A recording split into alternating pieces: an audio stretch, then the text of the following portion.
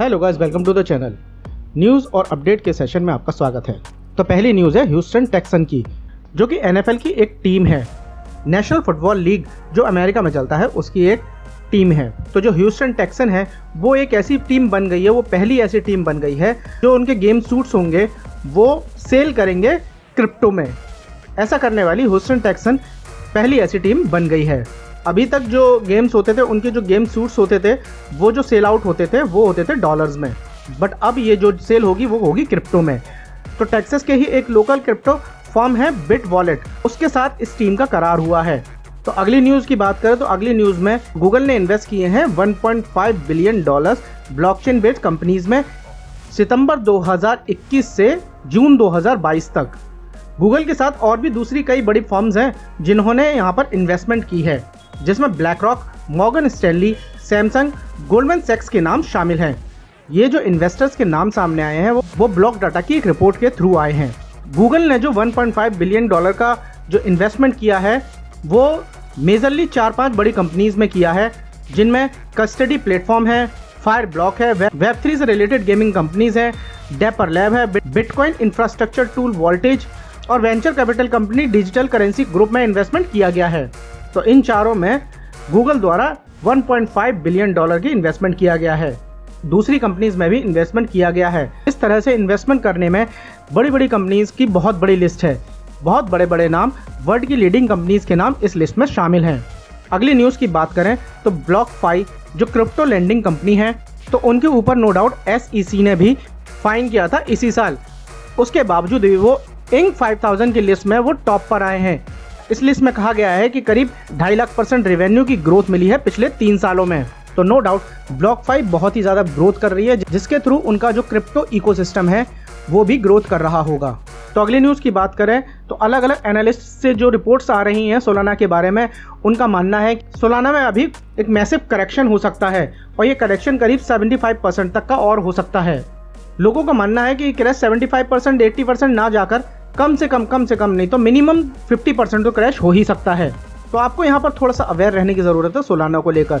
उसके प्राइस पर, उसके मूवमेंट पर, उसके चार्ट पर नज़र बनाए रखें, उसकी न्यूज़ पर नज़र बनाए रखें, ताकि उसका ट्रेड लेने से पहले, उसमें ट्रेडिंग करने से पहले आप सतर्क हो सकें।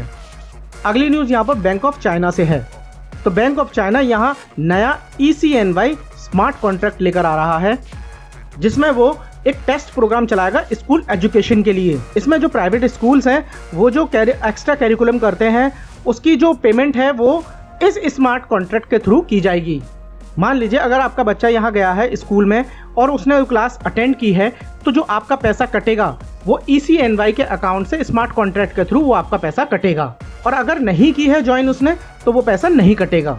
तो इस तरह की कैपेबिलिटीज़ यहाँ पर बैंक ऑफ चाइना की तरफ से लेकर आने की कोशिश है, जहां एक तरफ दूसरी कंट्री सिर्फ CBDC की बात कर रहे हैं, उसका प्रपोजल तैयार कर रहे हैं, उसका लॉ तैयार कर रहे हैं, वहीं दूसरी तरफ चाइना बहुत आगे जा चुका है और वो अपने जो सरकारी कैरिकुलम है उनको अपनी ब्लॉकचेन बेस्ड करेंसी पर लेकर शिफ्ट भी हो रहा है।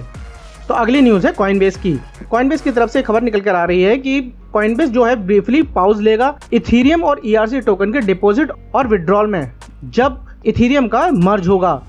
कहने का मतलब है जब इथीरियम का मर्ज होगा तो कॉइनबेस की तरफ से एक छोटा सा होल्ड किया जाएगा अपनी ट्रेडिंग को, इथीरियम और ERC टोकन है उनको, ताकि इथीरियम मर्ज के समय पर कोई दिक्कत ना आए।